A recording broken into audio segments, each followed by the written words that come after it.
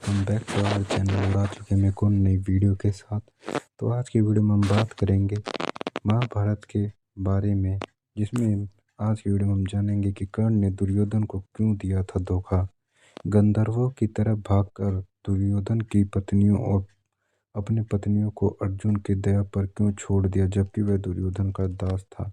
तो जी हाँ दोस्तों, क्यों भाग गया था दुर्योधन कर्ण को बीच युद्ध में छोड़कर। तो चलिए जानते हैं आज के अपने इस वीडियो में और बताते हैं आपको। गंधर्वों के साथ मुठभेड़ में के दौरान दुर्योधन को त्यागने का कर्ण का निर्णय महाभारत का एक जटिल क्षण है, जो उसके चरित्र और दुर्योधन के साथ संबंधों की गतिशीलता को दोनों को दर्शाता है।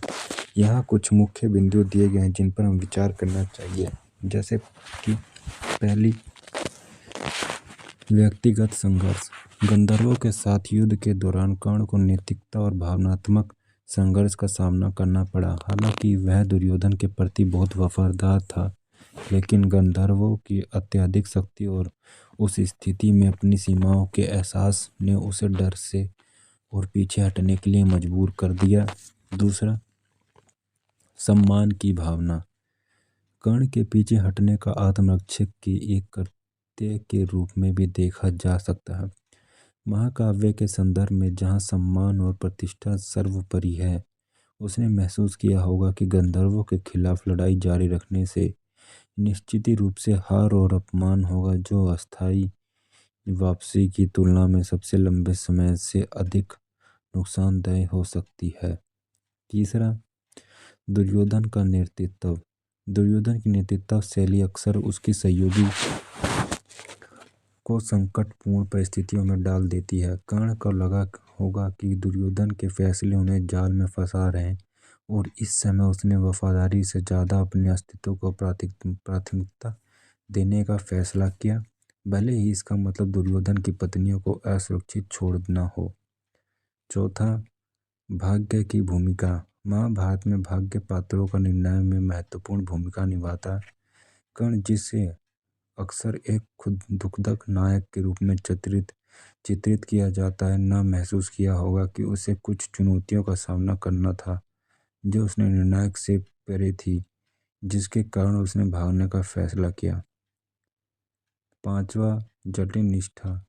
कर्ण भले ही दुर्योधन का समर्पित मित्र था, लेकिन उसकी की निष्ठा जटिल थी।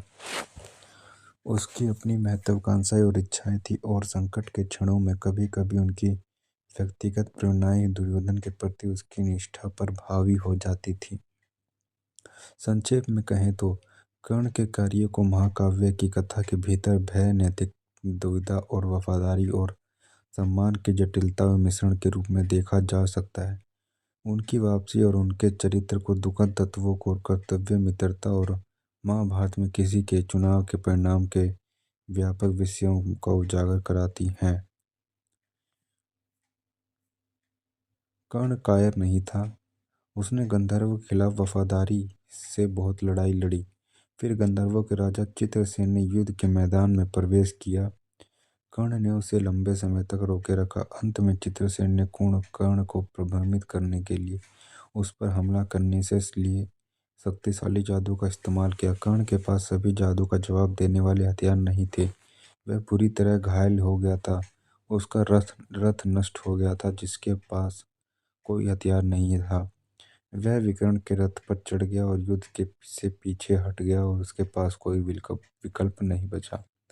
तो ये थी गाइस आज की हमारी वीडियो, जिसमें हमने बात करी कि कर्ण ने कैसे दुर्योधन को धोखा दिया, या फिर कर्ण ने जानबूझकर दुर्योधन को धोखा दिया और रणभूमि से भाग गया। कर्ण को दुर्योधन को अकेला छोड़ के, उसकी बीवी को, बच्चों को, सब पत्नियों को छोड़कर अकेला भाग गया। तो ये थी उसके पीछे की वजह। तो उम्मीद करता हूँ गाइस ये वीडियो आपको अच्छी लगी। अगर वीडियो अच्छी लगी हो तो वीडियो को जरूर लाइक करना, चैनल पर नए तो चैनल को सब्सक्राइब भी कर लेना, ताकि ऐसे ही आने वाली वीडियोस की नोटिफिकेशन आपको मिलता है। तो मिलते हैं गाइस नेक्स्ट वीडियोस में।